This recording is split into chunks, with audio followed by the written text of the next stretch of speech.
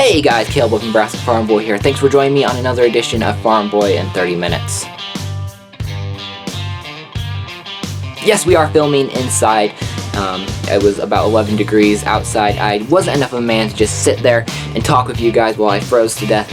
And so I brought it all inside. And yes, it is true. There will be screams, there will be loud bangs, and much noise. But I just want you to know that there is no torturing of little ones going on. All the screams are usually happy screams. If they are sad screams, we take care of the reason that the screams are sad screams. We make sure that no little ones are sad or being tortured. So just so you know, the noise is not the sound of being torturing. It's just the sound of little ones. You know, little ones are loud. So basically, what I want to talk about today is a very important topic. But before we talk about that topic, I want to share a very important story because it's about me.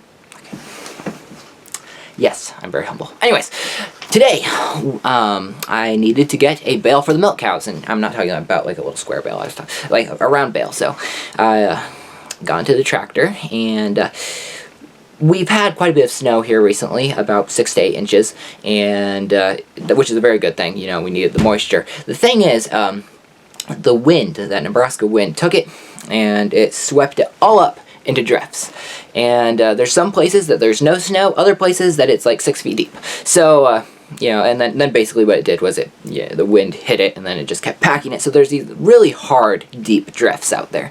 And I, with all my foresight, knew that this tractor wouldn't handle all the slickness as well. So I put on the bale forks for the back, and then I have the grapple for the front. It's a John Deere 4430 in case you wanted context. And I went over and I got like a lesser quality bale that we had up closer, so that I would have a little bit more weight on the back, so that I wouldn't slide around or get stuck or anything. And then I went off to get a better bale for the milk cows, because we want to feed them the best hay that we got, because we want to get milk out of them.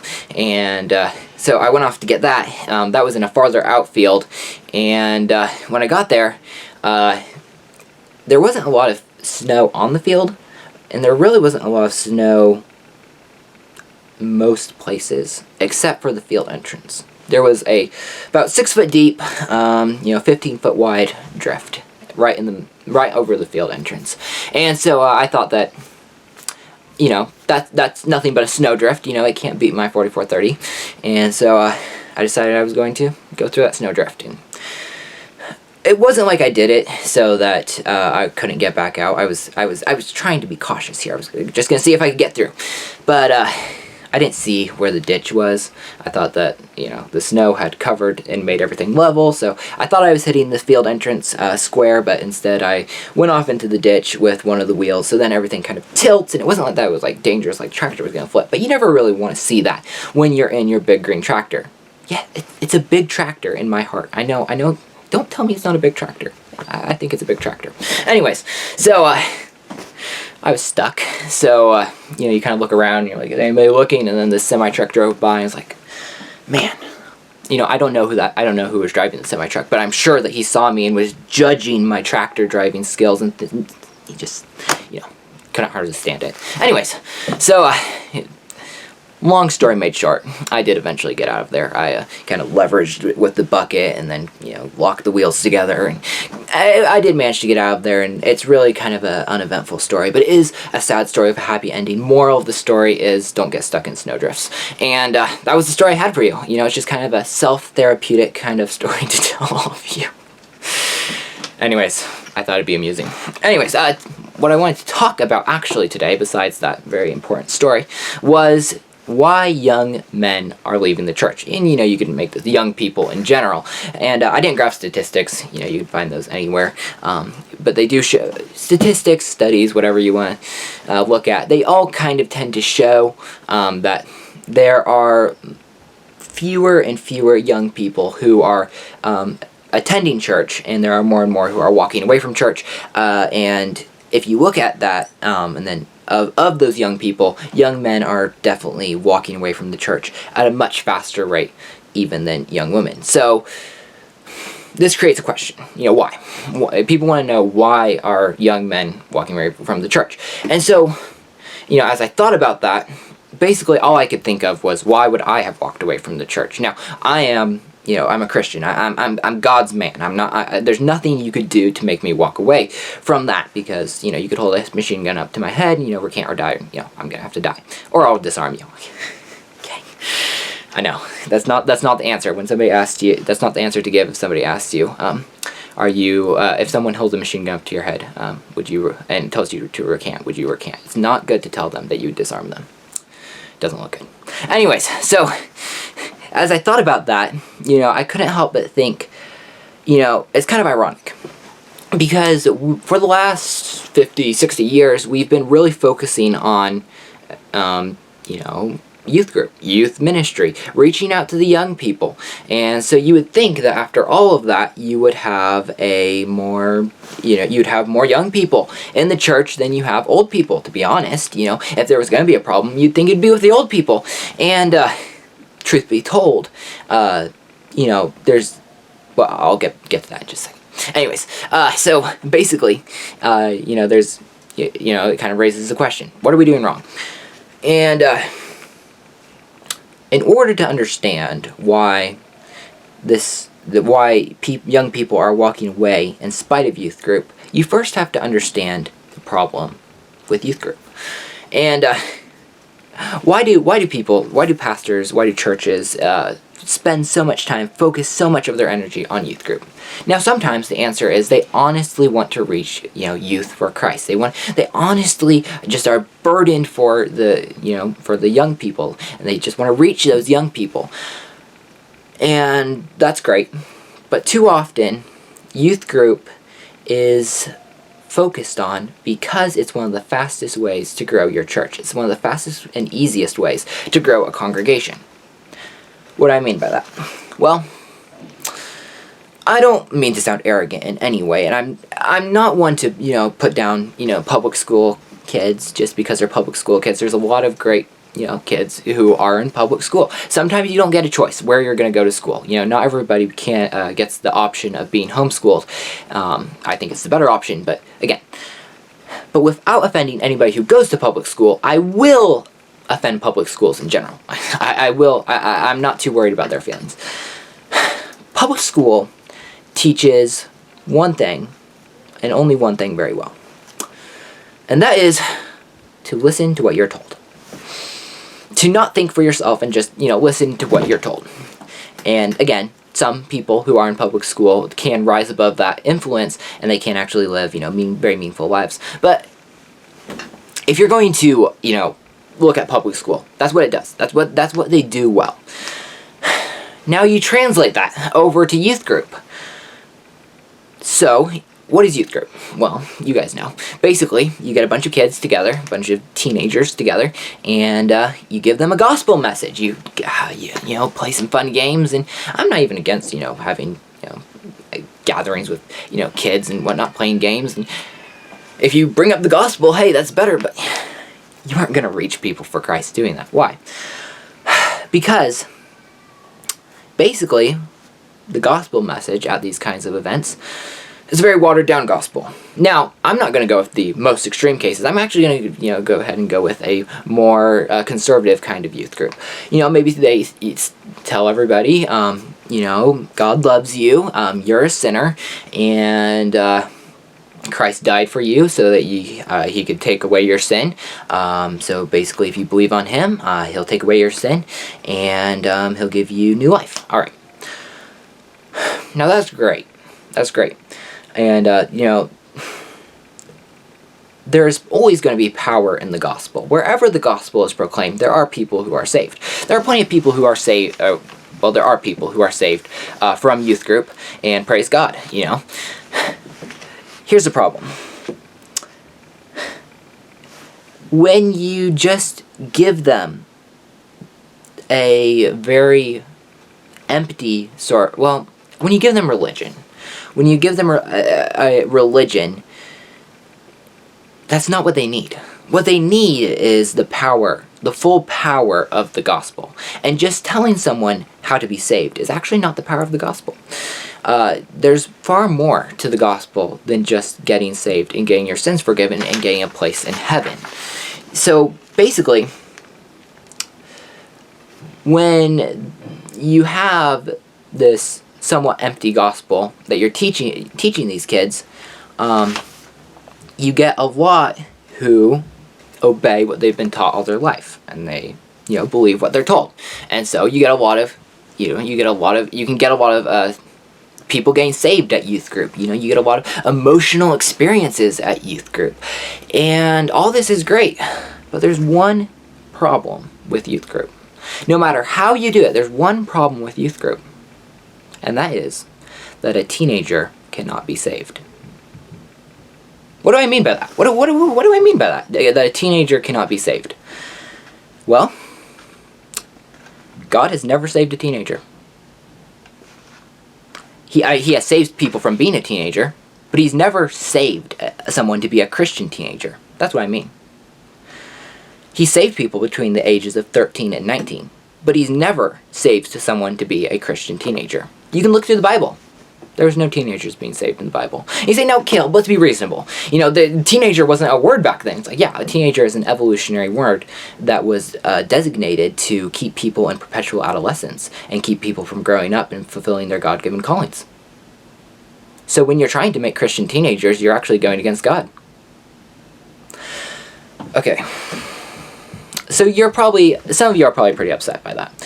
And I don't mean to be offensive, but I do need to speak the truth because, I'm conscience-bound and I will speak what I believe to be the truth. And that's why you're losing the young men. Okay, I'm just going to speak to young men. That's why you're losing the young men in your church. It's because you're not teaching them to be young men. It's because you're trying to make Christian teenagers. And that's not biblical. See, God doesn't call 13 to 19-year-old men, boys, or teenagers, or he doesn't call them to be Christian teenagers. He calls them to be Christian young men. He specifically addresses them as that. And if you don't teach them to be that, then you've missed it. See, so basically, God saves in the Bible. He says, "Let the little children come to me." Okay. Generally speaking, we think of that as people under 13. Let the little children come to me. Then he says, if any man will, take up his cross and follow me, then he can be my disciple. He never puts any distinction in the middle. Now he's specific. Now he does. Now the Bible recognizes that there are certain trials and temptations of youth. So Timothy so Paul speaks to Timothy as a young man and specifically addresses him as a young man, says, "Flee youthful lust." Okay, so he addresses, younger believers, but he does not address Timothy as a teenager. Now, I don't know if he was between the ages of 13 and 19, but he doesn't address him as an adolescent or a teenager, even if he was. Okay, he addresses him as a young man. And until you start teaching biblical manhood, until you actually give the full power of the gospel, you will continue to lose the young men in your church. You'll lose all the men. You'll lose the old men. You'll lose the young men. But you will continue to lose the young men in your church because they need something more. Christ calls all men and everyone to. He doesn't call them to be saved. I mean, he does. Okay, so let me back up. He does call them to be saved, but that's not it. He calls them to repent, to believe in the gospel. Okay, he calls them to lay down their lives for him. Okay, so you can't just be saved, have a one-time emotional experience, then you go to church, and then basically you try not to sin. That's not the Christian life, okay? For every, negative command, say, don't steal, there's a positive, and that would be give. Okay, so basically, too often the Christian life is just about, don't sin, go to church. You got saved, so now you're good. When really, there's so much more to the Christian life. There's a need for true, meaningful, biblical manhood, a strong manhood, an honorable manhood, a manhood that protects, a manhood that stands for what's right, a manhood that would sooner die than ever give up their faith, ever give up their allegiance to Christ. And until you give young men that, they will continue to walk away from the church. And, they don't want to be Christian teenagers. They may think they do, and you may think they do, but they don't. And they can't. it's more honest for a Christian teenager to walk away from the church than it is for him to stay in church. That's the hard truth of the matter. In order to get back to our church, in order to get our churches back, we first need to get our men back. In order to come back to to fix the crisis in our churches, we need to fix the crisis in our men. And that's the simple fact of it. The men are called to lead, and the men and if you don't have strong men, you'll have a weak church. If you have the women stand up and lead in the absence of men, you'll have a weak church. There's no way around it. You need strong men if you want to have a strong church. And you need to encourage young men to be young men, not Christian teenagers. And that's what I got for you guys on that. That was some hard-hitting stuff, if I do say so myself. It was actually kind of hard-hitting to my own heart, if you will. And I hope I didn't offend any of you, because it's not my intent. But I do need to speak the truth. That's what I do here. I can't. I am bound to speak. I'm conscious bound. So, anyways, this is now the part of the show when we answer a question or speak on a topic that a viewer wants to have answered or spoken on. And I did actually get one. So this one comes from the most honorable Caitlin. That was all she had for her name, so honorable Caitlin. So basically, her comment was a little bit longer, but basically her question was, it was how to be the kind of friend in Proverbs 27:6. I think this is something that people, especially young people, wrestle with. It can be really tough to give constructive criticism to a friend and feel like you aren't really being constructive. Okay, so basically, Proverbs 27:6 in the ESV says, faithful are the wounds of a friend, and profuse are the kisses of an enemy. I think I got that right. Okay. So basically, the first thing I want to say on that is I think it would be absolutely disgusting to find anyone who is profuse with kisses, let alone an enemy, but that wasn't the purpose of the text. Okay. So her question it was kind of a topic more so than just a question, and it was, how to be that kind of a friend. And I think she kind of gets the context of the verse, but, before we go on, we need to establish what does this verse mean? What's the context of this verse? And if you want to really understand the context of a verse, you should usually read the whole chapter around it. You should be well versed in how the whole Bible works, because different books in the Bible are written in different ways. So you shouldn't always read one book in this, or one chapter even in this, or even one verse in the same way that you should read the next. There's a context to each one.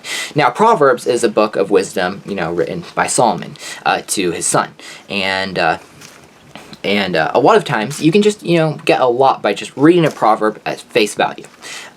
In this case, you have to go a little bit deeper, because faithful are the wounds of a friend. Now, obviously, I think we can all understand that that doesn't mean that if I went and stabbed my friend, that would be a faithful thing. No.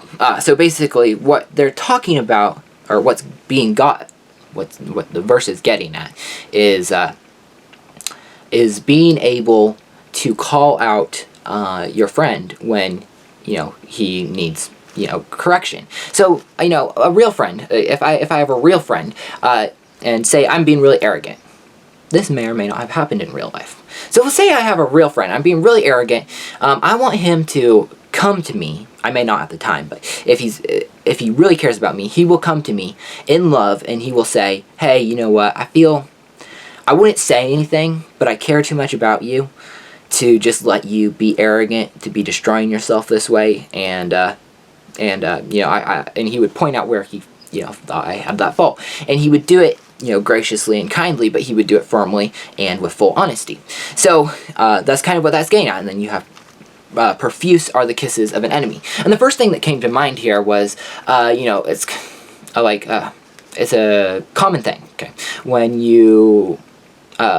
when someone's trying to get an upper hand on you, and say you're in let's just build a little scenario here. So say you were in a subway, and there's one other person in the subway with you, and he wants to, or let's make this a parking lot, that makes it easier. He wants to get you in his car, okay? Now, he's not he's not, let's assume he's not able to just get you in by brute force, to just drag you in. He wants to get you close to the car so then he can have his buddy in the car open up the door and pull you in. Okay, so you don't know any of this, but this is what he wants to do. So when he comes up to you, he's going to try to build a little bit of rapport with you. He's not going to just say, hey, your hair is a mess, you are ugly, and you are really arrogant.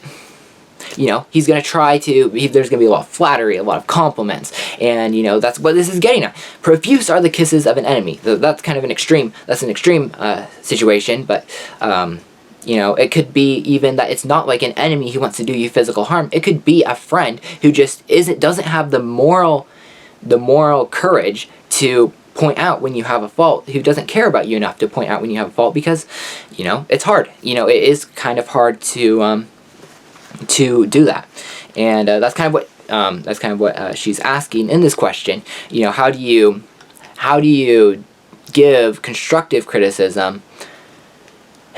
I think what she means is when it's not helping, when you don't see it helping. I think that's what she means.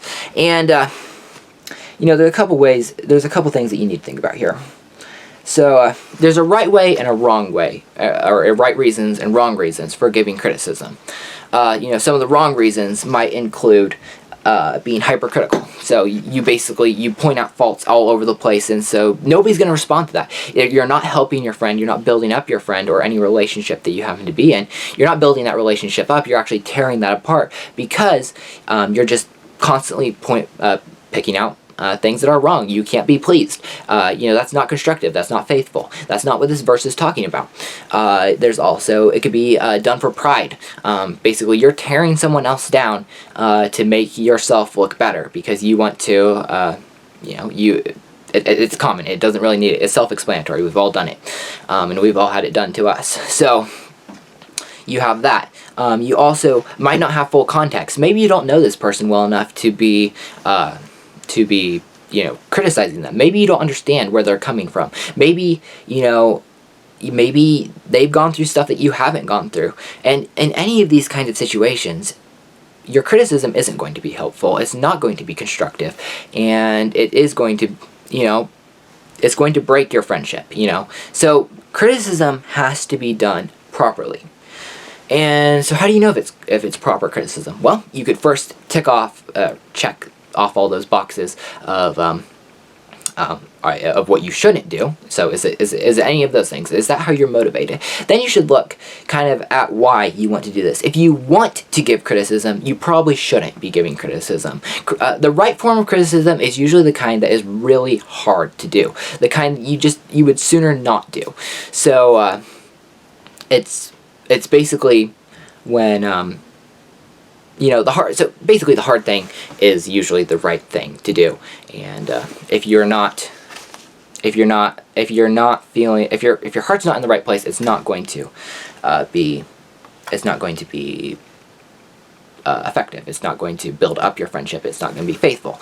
So you could kind of go with a 10-to-1 ratio, 10 compliments to every 1 criticism.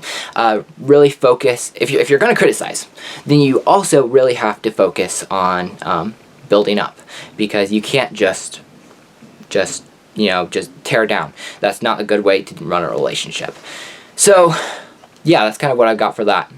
Make sure your criticism is actually constructive, and do recognize that it is.